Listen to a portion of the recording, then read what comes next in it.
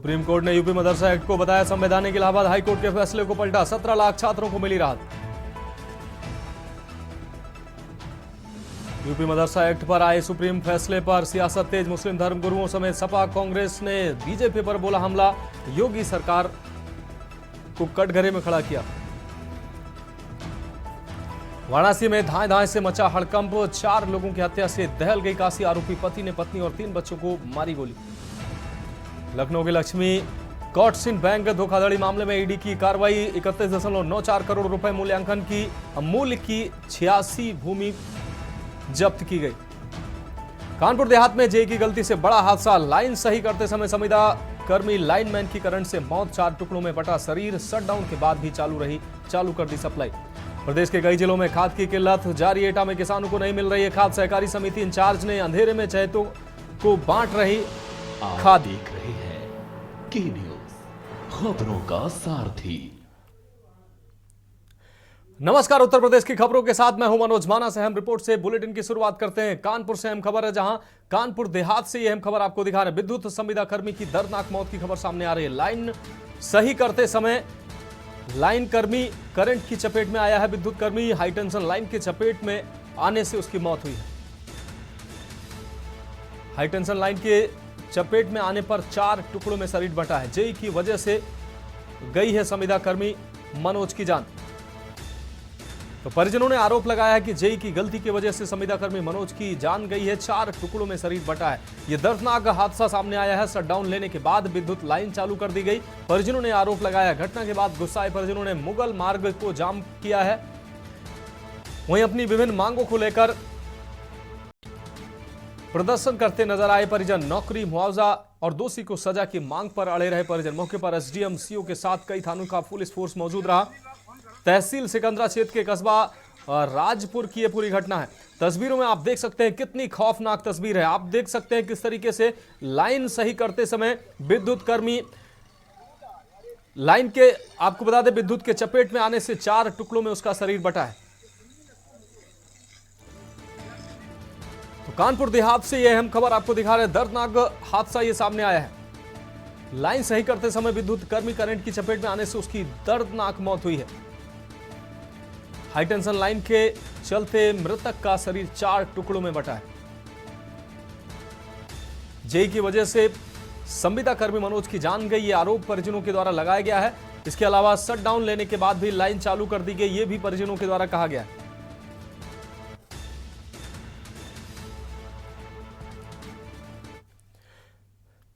अब बढ़ेंगे अगली अहम खबर की ओर। मेरठ से अगली अहम खबर, जहां किसान की गला काटकर हत्या से हड़कंप मच गया। हत्या कर खेत में सौंपने कर आरोपी फरार हुए हैं। किसान ने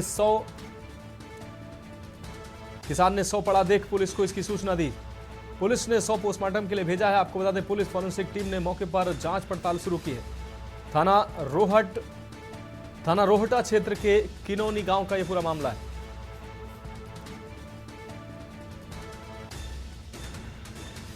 तो किसान ने 100 पड़ा देख पुलिस को सूचना दी और पुलिस ने मौके पर पहुंचकर जांच पड़ताल शुरू की और 100 को पोस्टमार्टम के लिए भेजा है। यह अहम खबर आपको दिखा रहे हैं।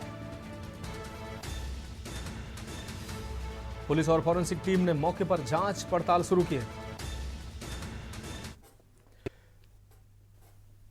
थाना क्षेत्र रोहटा अंतर्गत गांव किनौनी के निवासी 55 वर्षीय राजू नामक व्यक्ति, जिनके विषय में आज सूचना मिली कि गांव में ही एक अन्य व्यक्ति के खेत पर गन्ना छीलने के लिए गए हुए थे सुबह 6 बजे के आसपास, और करीब 8 बजे के आसपास ये सूचना डायल 112 पे आई कि वो उस खेत में मृत पाए गए हैं। इस सूचना पे मौके पे स्थानीय पुलिस और फील्ड यूनिट की टीम मौके पे पहुंची है। पुलिस ने जांच किया है, बॉडी को पोस्टमार्टम के लिए भिजवाया गया है और परिजनों से तहरीर प्राप्त करके आगे जो विधिक कार्यवाही है वो की जा रही है। रुक करेंगे अगली अहम खबर का। मेरठ से अगली अहम खबर है, जहां रोड क्रॉस कर रही महिला को दबंगों ने मारी है टक्कर। स्कूटी सवार महिला का पैर टूटा है और इस दौरान महिला के 8 टांके भी लगे हैं। बाइक सवार दबंग करते हैं टोल प्लाजा पर नौकरी। विरोध करने पर महिला को धमकी देकर आरोपी फरार हुए हैं। महिला को जोरदार टक्कर मारी है। महीनों से कार्रवाई के लिए महिला थाने के चक्कर काट रही। थाने में सुनवाई नहीं हुई है। महिला ने एसएसपी से न्याय की गुहार लगाई है। थाना सरधना क्षेत्र के जुलहेड़ा पीर के पास का ये पूरा मामला है। तो महीनों से कार्रवाई के लिए महिला थाने के चक्कर काट रही, लेकिन अभी तक महिला की सुनवाई नहीं हुई है, जिसके बाद महिला ने एसएसपी से न्याय की गुहार लगाई है। थाना सरदना क्षेत्र के जुहेड़ा पीर के पास का ये पूरा मामला है।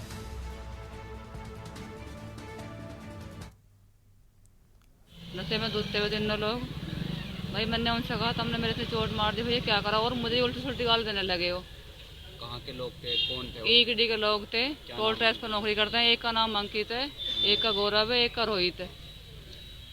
आपने इसकी शिकायत थाना पुलिस में की थी? मैंने 112 नंबर पर कॉल करी, 112 नंबर पुलिस आई, वे कह कर चले गए कि थाने आ जाओ दोनों। मेरी स्थिति इतनी खराब थी कि मैं थाने पहुंच नहीं पाई। मैं एकदम डॉक्टर का चली गई, मुझे उठाकर लोग बाग मोहल्ले पड़ोस के वहाँ गई, वे भाग गए जी मोटरसाइकिल थाने के बाद। जब मैं 5-4 दिन होश में आई, मैंने ठीक ठाक हुआ तन मन सा पैर, तो मैं वहाँ गई सरदना थाने। कितनी चोट आई आपके? मेरी जी 2 तो पैर की उंगली टूट गई जी, 8 टंके हैं मेरे पैर में। मैं थाने पहुंची, थाने में मैंने 2023 में 24 तारीख में मैंने एप्लीकेशन दी। बढ़ेंगे अगली खबर की ओर। हमीरपुर से अगली खबर है, जहां सरीला पत्रकार कांड के विरोध में सपा का प्रदर्शन देखने को मिला। प्रदर्शन कर कार्यकर्ताओं ने एसपी को ज्ञापन सौंपा है। प्रदर्शनकारियों ने चेयरमैन की गिरफ्तारी की मांग की। हमीरपुर के जिला मुख्यालय का यह पूरा मामला है। तो हमीरपुर से अहम खबर आपको दिखा रहे हैं। सपा कार्यकर्ताओं ने प्रदर्शन किया, प्रदर्शनकारियों ने चेयरमैन की गिरफ्तारी की मांग की है। आपको बता दें, हमीरपुर के जिला मुख्यालय का यह पूरा मामला है। तो सरीला पत्रकार कांड के विरोध में सपा का प्रदर्शन सामने आया है। आपको बता दें, प्रदर्शन कर कार्यकर्ताओं ने एसपी को ज्ञापन सौंपा है। प्रदर्शनकारियों ने चेयरमैन की गिरफ्तारी की भी मांग की है।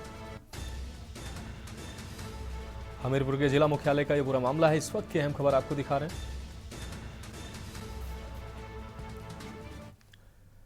अब बढ़ेंगे अगली अहम खबर की ओर। लखनऊ से अगली अहम खबर है, जहां लक्ष्मी कॉटसिन बैंक धोखाधड़ी मामले में कार्रवाई हुई है। ईडी ने 31.94 करोड़ रुपए मूल्य की 86 भूमि जब्त की है।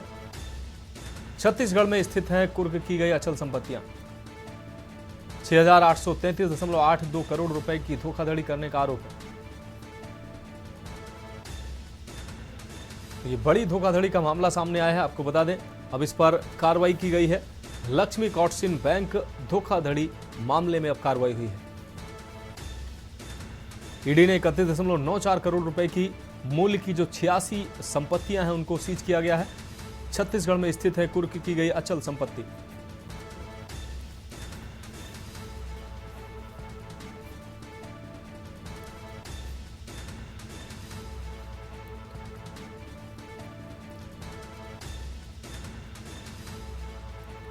तो ईडी ने ये बड़ी कार्रवाई की है। 31.94 करोड़ रुपए की मूल्य की 86 संपत्तियों को जब्ती की है। छत्तीसगढ़ में स्थित है कुर्की की गई संपत्तियां। इस संपत्ति की कुर्की की गई है। 6,833.8 करोड़ रुपए की धोखाधड़ी करने का आरोप लगा है। लक्ष्मी कॉटसिन बैंक धोखाधड़ी मामले में अब कार्रवाई हुई है।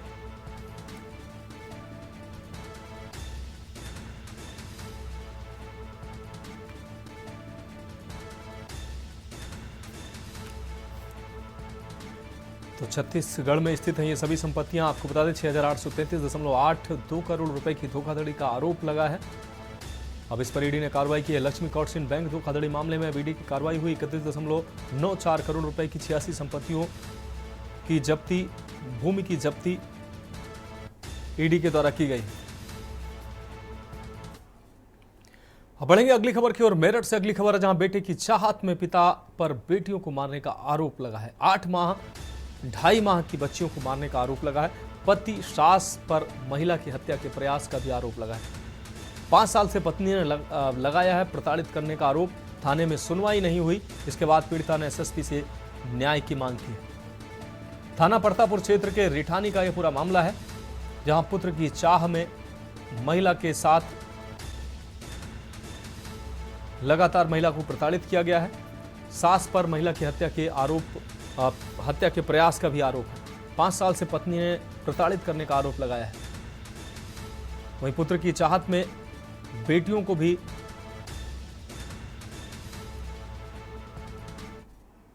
8 माह और 2.5 माह की बच्चियों को इंसाफ चाहिए। हमारी लड़की को 5.5 साल हो गए मारते पीटते हुए, और इसके 3 है, इसका सास है, इसकी नंद है, इसका आदमी है। दारू पी के रोज मार पीट करता। देखो हमारी लड़की की हालत खुद ही देख रहे हैं आप सब, ठीक है। और हमारे लड़की का भी ये ख्वाहिश है कि हमें वहाँ रहना है। सबको अपनी अपनी जिंदगी प्यारी होती है सर, हमें वहाँ इंसाफ चाहिए, हमें वहाँ जाना है। बस हमें यही आप लोग से विनती है। क्या मामला है? 2 बेटियां, 2 लड़की हुए थे, लड़के की चाहत में लड़की को मार दिए।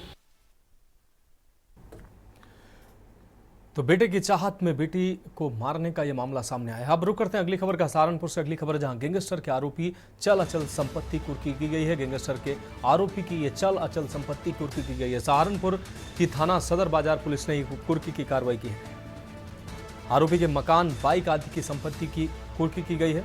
41 लाख कीमत की संपत्ति और बाइक को कुर्की किया गया है। कुर्की की कार्रवाई में नायब तहसीलदार भी मौजूद रहे।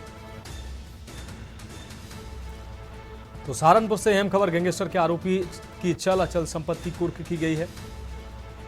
सहारनपुर की थाना सदर बाजार पुलिस ने यह कुर्की की कार्रवाई की। इस दौरान नायब तहसीलदार भी उपस्थित रहे। आरोपी के मकान, बाइक आदि की संपत्ति की कुर्की की गई है। 41 लाख कीमत की संपत्ति और बाइक को कुर्की किया गया है। सहारनपुर से अहम खबर, गैंगस्टर के आरोपी की चल और अचल संपत्ति कुर्की की कार्रवाई की गई है। सहारनपुर के थाना सदर बाजार पुलिस ने यह कुर्की की कार्रवाई की है।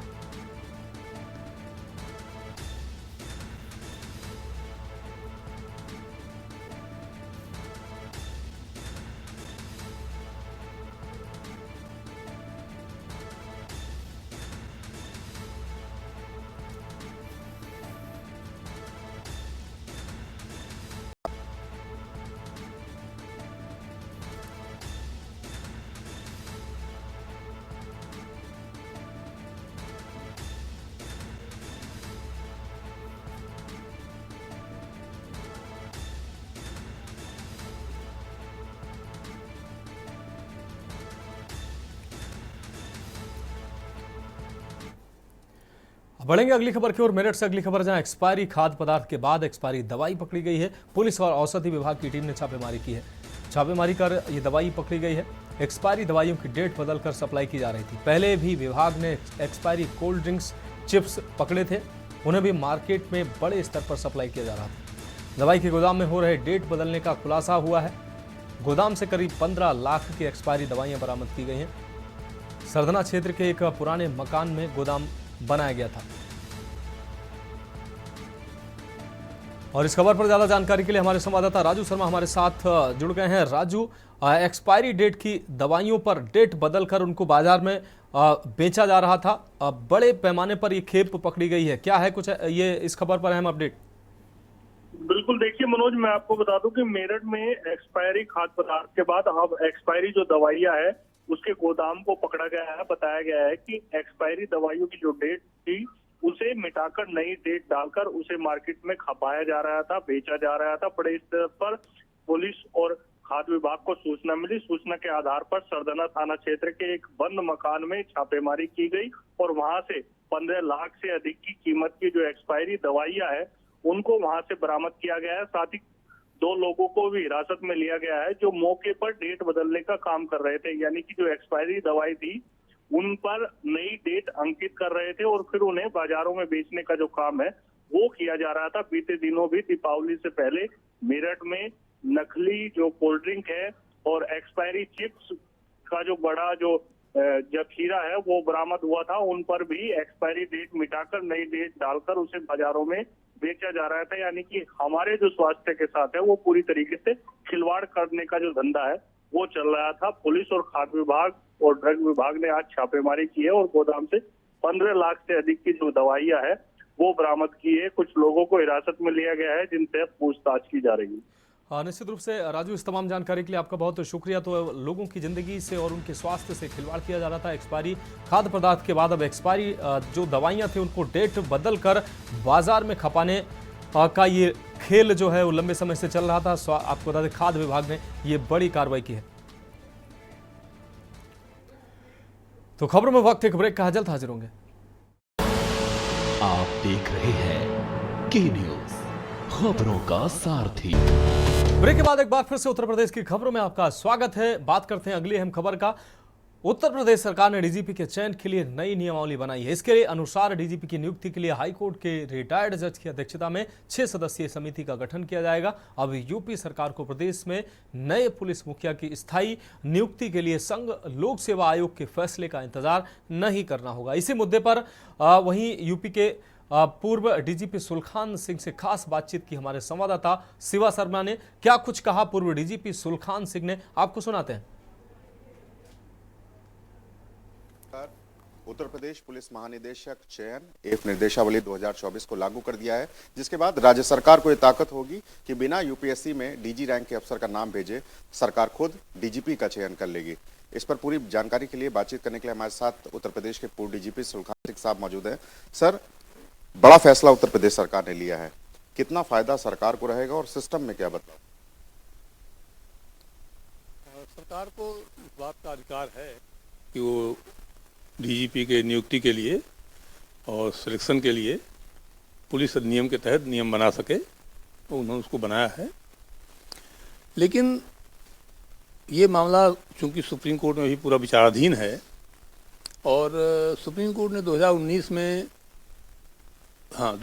में या 18 ठीक से डेट नहीं आनी पड़ी, सुप्रीम कोर्ट ने स्पष्ट कहा था कि जो भी कोई एक्ट या रूल सुप्रीम कोर्ट के फैसले की भावना के विपरीत है उसको स्थगित किया जा रहा है।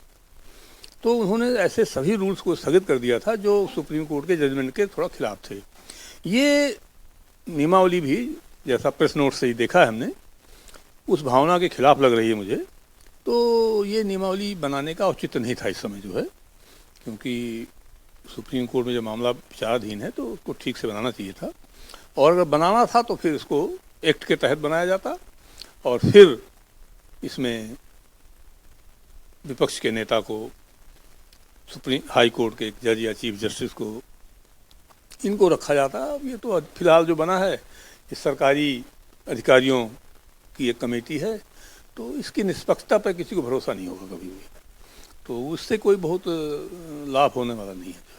क्या लगता है सर, सरकार के इस फैसले को कोर्ट में या आगे आने वाले किसी समय में चुनौती दी जाएगी? इस दांव पेच में फंस सकती है सरकार? जैसा मैंने अखबारों में पढ़ा था कि इस मामले में एक्टिंग डीजीपी जहां 8 राज्यों में बने हुए हैं, इस बात को लेकर एक एप्लीकेशन कोई लगा है सुप्रीम कोर्ट में, तो उसमें ये बात उठेगी, ये जरूर उठेगी। कई बार देखा गया सर कि उत्तर प्रदेश में लंबे समय से अस्थायी तौर पर डीजीपी तैनात है, सुपरसीड करके किसी आईपीएस ऑफिसर को डीजी रैंक का डीजीपी बना दिया जाता है। तो क्या अब ये आपको लगता है कि इसकी वजह से अब बहुत आसानी होगी कि सुपरसीड नहीं होंगे और सीनियर रैंक के ऑफिसर को एक डीजीपी कमान मिलेगी? इसमें तो ऐसा कोई प्रावधान नहीं है, तो इससे कोई सुधार होने की उम्मीद मुझे नहीं लगती। अच्छा सर, एक कमेटी भी बनाई गई जिसमें प्रदेश सरकार के भी कई लोग होंगे, रिटायर्ड डीजीपी होंगे, रिटायर्ड जज होंगे, तो क्या लगता है कि इन सब की कमेटी होने के बावजूद जब डीजीपी का चयन होगा तो उसमें निष्पक्षता होगी, पारदर्शिता होगी? नहीं, कमेटी की जो वर्तमान संरचना है उसमें निष्पक्षता की कोई उम्मीद नहीं है। क्या लगता है सर, पुलिस सिस्टम में इसमें कुछ सुधार होगा कि राज्य सरकार अगर खुद डीजीपी चुन ले रही है, संघ लोक सेवा आयोग का अगर दखल अंदाजी नहीं होगी, तो उत्तर प्रदेश के पुलिस सिस्टम में भी कुछ बदलाव होगा, काम करने में कुछ आसानी होगी? वर्तमान में राज्य सरकार को 3 अधिकारियों में से एक को तैनात करने का अधिकार था और बाकी इम्पैनलमेंट जो है वो निष्पक्ष तरीके से यूपीएससी करना था। उसमें यूपी सरकार का भी एक अधिकारी रहता है, एक केंद्र सरकार का अधिकारी रहता है, यूपीएससी के एक मेंबर रहते हैं। तो ये बहुत ही अच्छी व्यवस्था थी। इससे बेहतर व्यवस्था बनाना हो तो एक्ट बनाना चाहिए था, और ये तो वर्तमान व्यवस्था उससे बेहतर नहीं है, उससे खराब है व्यवस्था। तमाम विरोधी राजनीतिक दल ये कह रहे हैं कि अब सरकार के हाथ पे पुलिस सिस्टम आ जाएगा तो पुलिस के जरिए वो काम अपना आसान करा लेगी। तो आपको लगता है, क्योंकि आपने बहुत साल दिए हैं पुलिस महकमे को, अगर सरकार के हाथ में अगर ये चीज़ें आ जाती है तो दुरुपयोग एक तरीके का होने लगता है, आपको लगता है कि ये भविष्य में चीज़ें देखने को मिलेगी? देखिए, सरकार के हाथ में तो है ही, अभी भी है। कोई राज्य सरकार जो है हिंदुस्तान में सुप्रीम कोर्ट के फैसले के अनुसार काम नहीं कर रही है, सब अपनी मर्जी से कर रहे हैं। और पुलिस तो बहुत ही दबाव पे काम कर रही है, उसमें कोई निष्पक्षता से पुलिस काम नहीं कर पा रही, कहीं पर कहीं थोड़ा कम, कहीं थोड़ा ज़्यादा, लेकिन हाल लगभग पूरे देश में यही है। तो अगर हमारे देश का सिविल सोसाइटी, यहाँ का प्रबुद्धजन चाहते हैं कि पुलिस एक निष्पक्ष और एक पारदर्शी संस्थान बने, तो उनको पुलिस रिफॉर्म्स के लिए जोर लगाना चाहिए। सरकार तो बिना जनता के दबाव के काम नहीं करती है, क्योंकि उनका एग्जिस्टेंस वोट पर है, वोट जनता से आता है। तो जनता से जब तक डिमांड नहीं आएगी तब तक सरकार कोई ना कोई रास्ता उसको बाईपास करने का निकाल लेगी जो है। तो ये थे हमारे साथ उत्तर प्रदेश के पूर्व डीजीपी सुलखान सिंह साहब, जिनका साफ तौर से कहना है कि उत्तर प्रदेश के पुलिस सिस्टम में बहुत ज़्यादा कोई बदलाव नहीं होगा इस फैसले में आने के बाद, लेकिन कहीं ना कहीं सरकार आगे चुनौती भी इस मामले को लेकर के देख सकती है। फिलहाल ये सरकार का फैसला है, सरकार ने इसको स्थायी कर दिया है डीजीपी बनाने को लेकर के, इस फैसले को लेकर के, लेकिन अब आगे इसमें किस तरीके के रोड़े आते हैं और किस तरीके से सिस्टम को चलाया जाता है, जरूर देखने वाली बात होगी। लखनऊ से वीडियो जर्नलिस्ट आदित्य तिवारी के साथ शिवा शर्मा, के न्यूज़। अब रुक करेंगे अगली खबर का। आम आदमी पार्टी की प्रेस कॉन्फ्रेंस के बाद आपके मुख्य प्रवक्ता वंशराज दुबे का बयान सामने आया, जिसमें उन्होंने कहा कि सरकारी स्कूलों को बंद करने का निर्णय योगी सरकार को वापस लेना होगा। बेसिक शिक्षा विभाग के जरिए प्रदेशवासियों से झूठ बोल रही है योगी सरकार। सरकारी स्कूलों को बंद कर दलितों, पिछड़ों और गरीबों के बच्चों को शिक्षा से वंचित करना चाहती है बीजेपी। आम आदमी पार्टी इस कदम का पुरजोर विरोध करती है। इन सभी मुद्दों को लेकर 9 नवंबर को आम आदमी पार्टी पूरे प्रदेश भर में आंदोलन करेगी।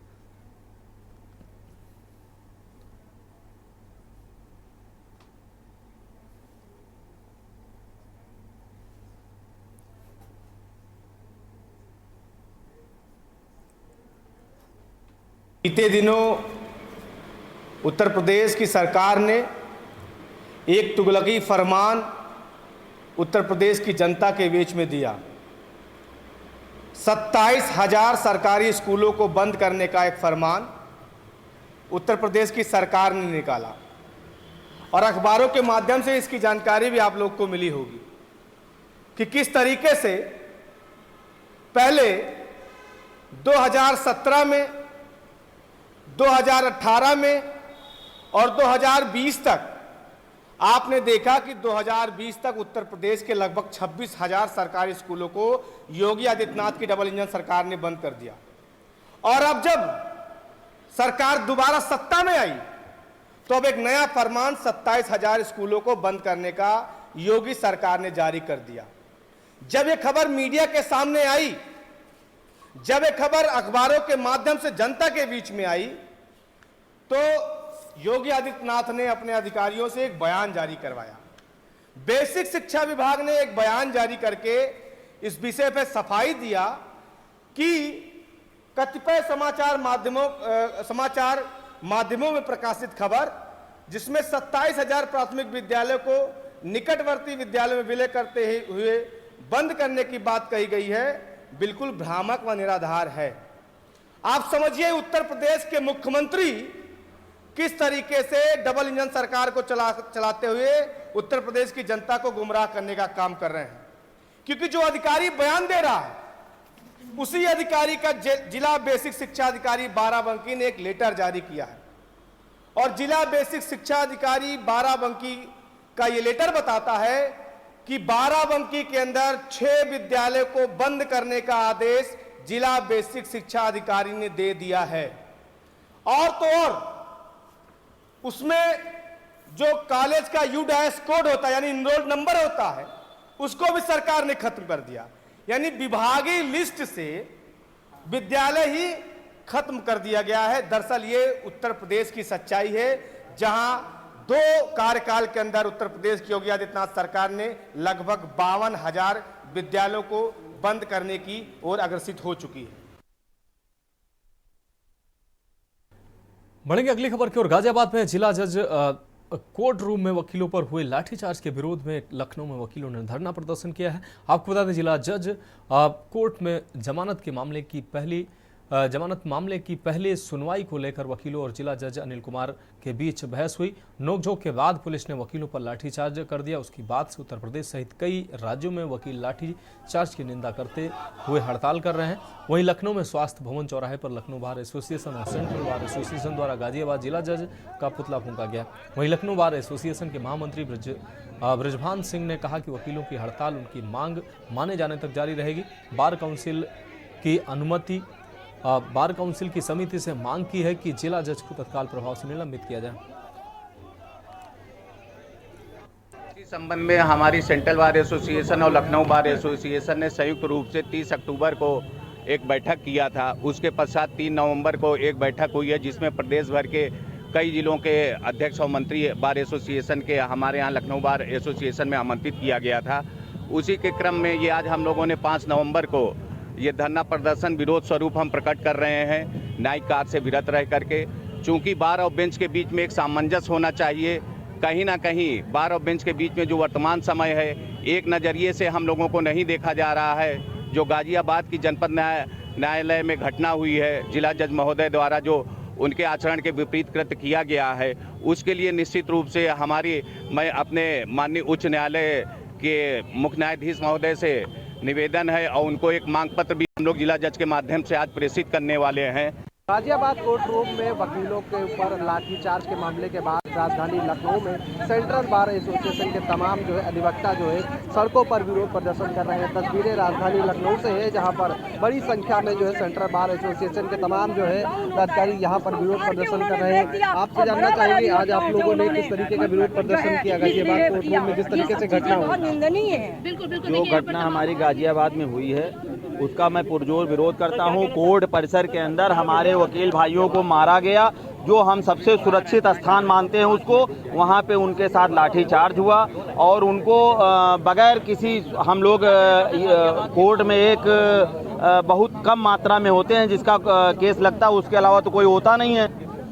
महिला अधिवक्ता होने के नाते जिस तरीके से कोर्ट रूम में तमाम महिलाएं भी मौजूद थीं, लाठीचार्ज हुआ, उसको कैसे देखते? मैं ये जो गाजियाबाद का प्रकरण है जिसमें जिला जज साहब के द्वारा अधिवक्ताओं पर कोर्ट रूम के अंदर लाठीचार्ज का आदेश दिया गया और लाठीचार्ज किया गया, महिलाओं पर भी, मतलब महिलाओं को भी नहीं छोड़ा गया। मैं गाजियाबाद कल होके आई हूँ, सुबह मैं वापस आई हूँ, मैंने वहाँ महिलाओं के शरीर पर नीले निशान देखे हैं, नीले निशान। लेकिन देखिए अधिवक्ताओं ने ये नहीं कि मेडिकल करा के उनके खिलाफ एफआईआर कराई होती, जबकि उनके खिलाफ एक एफआईआर होनी चाहिए थी, जिन्होंने ये जो है इस तरीके का कृत्य किया है।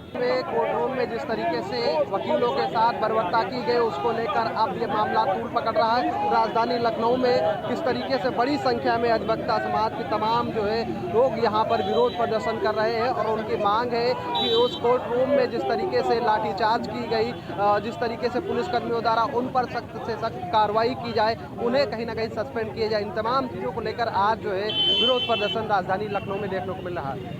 लखनऊ से के न्यूज़ के लिए अविनाश।